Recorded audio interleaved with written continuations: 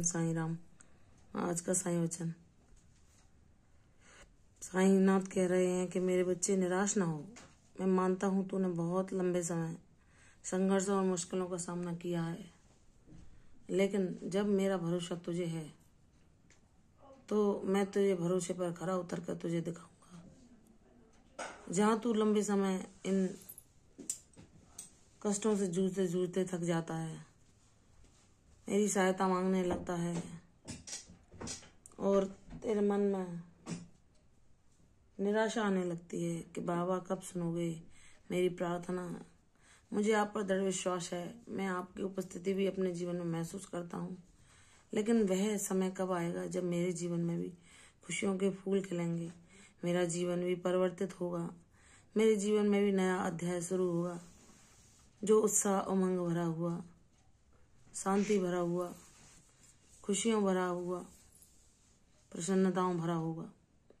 तो मेरे बच्चे, सब कुछ होगा, सब कुछ तुम्हारे हित में होगा। तुम ये सोचते हो कि आज जो लोग तुम्हारी इस मजबूरी को देखकर ताना देते हुए नहीं थकते और हर पल तुम्हें कष्ट पहुंचाते हैं अपनी बातों से, तुम्हें असहाय होने का एहसास कराते हैं कि तुम किस तरह से आर्थिक रूप से कमजोर हो, तो यह तुम्हारे मन के मनोबल को तोड़ना चाहते हैं। वह चाहते हैं कि तुम बेबस हो जाओ और उनके दिखाए मार्ग पर चलो, अपनी लाचारी को मानते हुए उनके अनुसार अपने जीवन को निर्देशित करो। लेकिन मेरे बच्चे, तुम्हारा जो अंतकरण में तुम्हारे गुरु बैठे हैं, वह कहते हैं कि मत सुन तू किसी की बातों को, तू मेरे दिखाए मार्ग पर चल। तुझे लाचार और बेबस महसूस करने की आवश्यकता नहीं है। तू असहाय नहीं है, तू लाचार नहीं है, तू बेबस नहीं है, तू किसी भी तरह से कमजोर नहीं है। जिसे साईनाथ की शक्ति प्राप्त हो, जिसे बाबा का आशीर्वाद प्राप्त हो, जिसे बाबा का संग प्राप्त हो, उस जितना भाग्यशाली तो कोई हो ही नहीं सकता।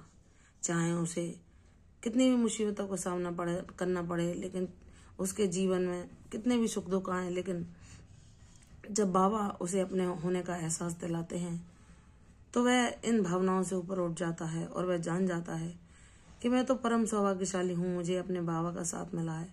उन्होंने हर सुख दुख में मेरा साथ दिया है, हर कष्ट में मुझे सद्बुद्धि दी है, हर दुख में मुझे अपने होने का आभास दिलाया है कि मैं तेरे साथ हूँ। मैं तेरे हर कष्ट को देख रहा हूँ, हर दुख को तेरे साथ साझा कर रहा हूँ, तेरी विपत्तियों को मैं अपने ऊपर ले लेता हूँ।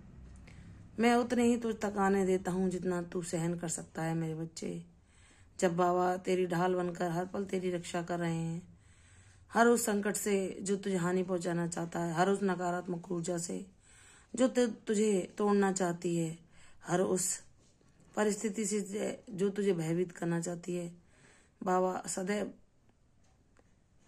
कृपा छत्र बनकर सदैव तुझ पर अपनी कृपा बरसा रहे हैं। उन्होंने तुझे ऐसा सुरक्षा कवच प्रदान किया है जो कोई भी नकारात्मक शक्ति, कोई भी नकारात्मक ऊर्जा या ऐसे लोग जो तुमसे ईर्ष्या द्वेष रखते हैं, जो यह सोचते हैं कि इसे कौन सा ऐसा खजाना मिला हुआ है जो इतनी विषम परिस्थिति में भी यह मुस्कान और यह शांति यह प्राप्त करता है, यह कहाँ से इसे मिलती है, कौन सी शक्ति है जो इसकी हर पल रक्षा करती है। हम चाहते हैं कि ये रोए, हमारे आगे गिड़गिड़ाए, लेकिन ऐसा नहीं होता। पता नहीं कौन से खजाने की चाबी इसके पास है जो ये हर समय उस प्रसन्नता को महसूस करता है।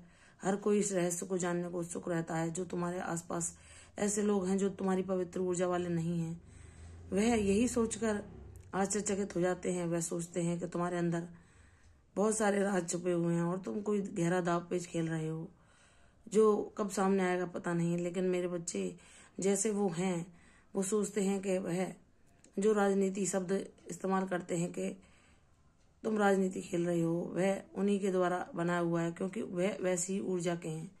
तुम जितने पवित्र और निष्काम हो, मैं जानता हूँ मेरे बच्चे।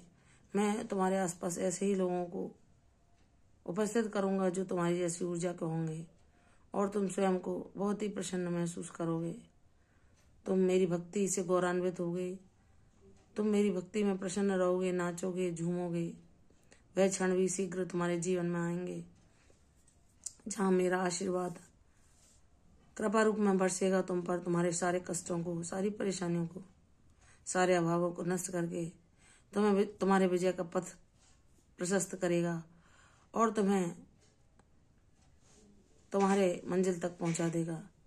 तुम निराश न होना, बाबा हर पल तुम्हारे साथ हैं। वह तुम पर आँच नहीं आने देंगे। जो कार्य तुम्हारे लिए करना होगा वह बाबा कभी न होने देंगे। बाबा तुम्हारे लिए वह देंगे जिसे पाकर तुम अपने आप को परम सौभाग्यशाली मानोगे और बाबा का अभिनंदन करते न थकोगे। बाबा ही तुम्हारे जीवन का सार बनेंगे। बाबा ही तुम्हें तुम्हारी मंजिल तक पहुंचाएंगे। मेरे बच्चे, तुम वह नायाब हीरा हो जिसका एहसास सिर्फ तुम्हें ही नहीं, इन दुनिया वालों को भी मैं शीघ्र करा दूंगा। प्रसन्न रहो, दीर्घायु भव। तुम्हारे जीवन से कष्ट सदैव के लिए विदा होने वाले हैं, इसलिए अपने चेहरे पर मुस्कान लाओ। दीर्घायु भव, सदैव प्रसन्न रहो। बाबा हर पल तुम्हारे साथ हैं। ओम साईं राम। कल फिर आऊंगी साईं वचन के साथ, तब तक के लिए ओम साईं राम।